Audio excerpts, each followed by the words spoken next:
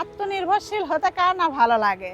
সবারই একটা থাকে যে আমার নিজের একটা কর্ম থাকুক।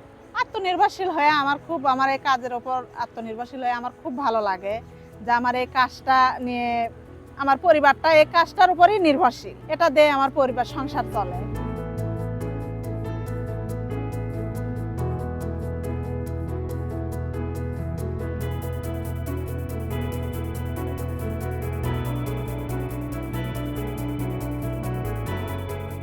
আমার নাম মোসাম্মদ শারমিন আক্তার।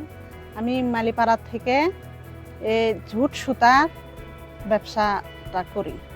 আমার ব্যবসা হচ্ছে ঝুট সুতা থেকে দড়ি তৈরি করা। এখানে ঝুট সুতা আনা হয় এবং সেটা আমার মালিপাড়া গ্রামের লোকদের দিয়ে এটা উঠায়া নিয়ে এটা দিয়ে দড়ি তৈরি করা হয়।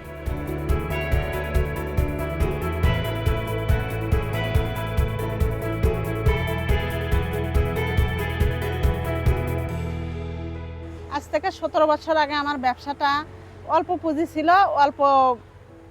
খুব ছোট ছিল। রেস প্রকল্প থেকে আমি টাকা পেয়েছি, টাকা পেয়ে ওখান থেকে ঋণ নিয়ে আমি শিখেছি যে কিভাবে ব্যবসাটা আমার উন্নয়ন করা যায়।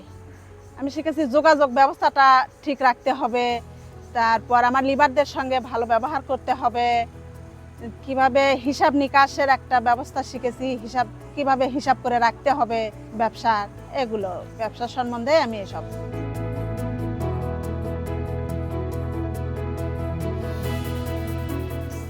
আমার এই ব্যবসার মাধ্যমে প্রায় 240 জন লোক কাজ করে। এই কাজ করে তারা তাদের ছেলে মেয়ের পোশাক আশাক দিচ্ছে, তাদের নিত্য প্রয়োজনীয় জিনিসপাতি এগুলো ক্রয় করছে। এরকমই তাদের সংসার টুকিটাকি যে খরচগুলো আছে, বাড়তি খরচগুলো এগুলো চালাতে পারতেছে।